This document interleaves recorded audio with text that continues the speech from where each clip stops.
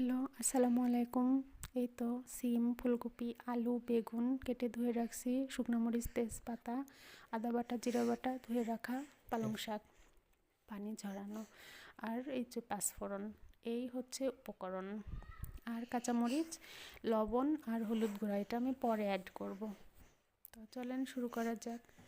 প্রথমে সরিষার তেলের মধ্যে পাঁচফোড়ন, তেজপাতা, শুকনো মরিচ ফোড়ন দিয়ে সেই শক্ত সবজিগুলো আগে দিয়ে 2 মিনিট মতো এটা একটু ভাজবো 2 মিনিট মতো। এই তো সবজির কালারটা হালকা চেঞ্জ হয়ে আসছে। এখন এর মধ্যে দিয়ে দিব পালং শাক।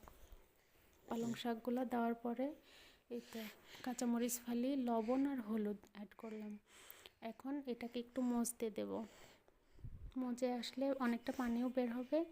এই পর্যায়ে আদা বাটা আর জিরা বাটা অ্যাড করব।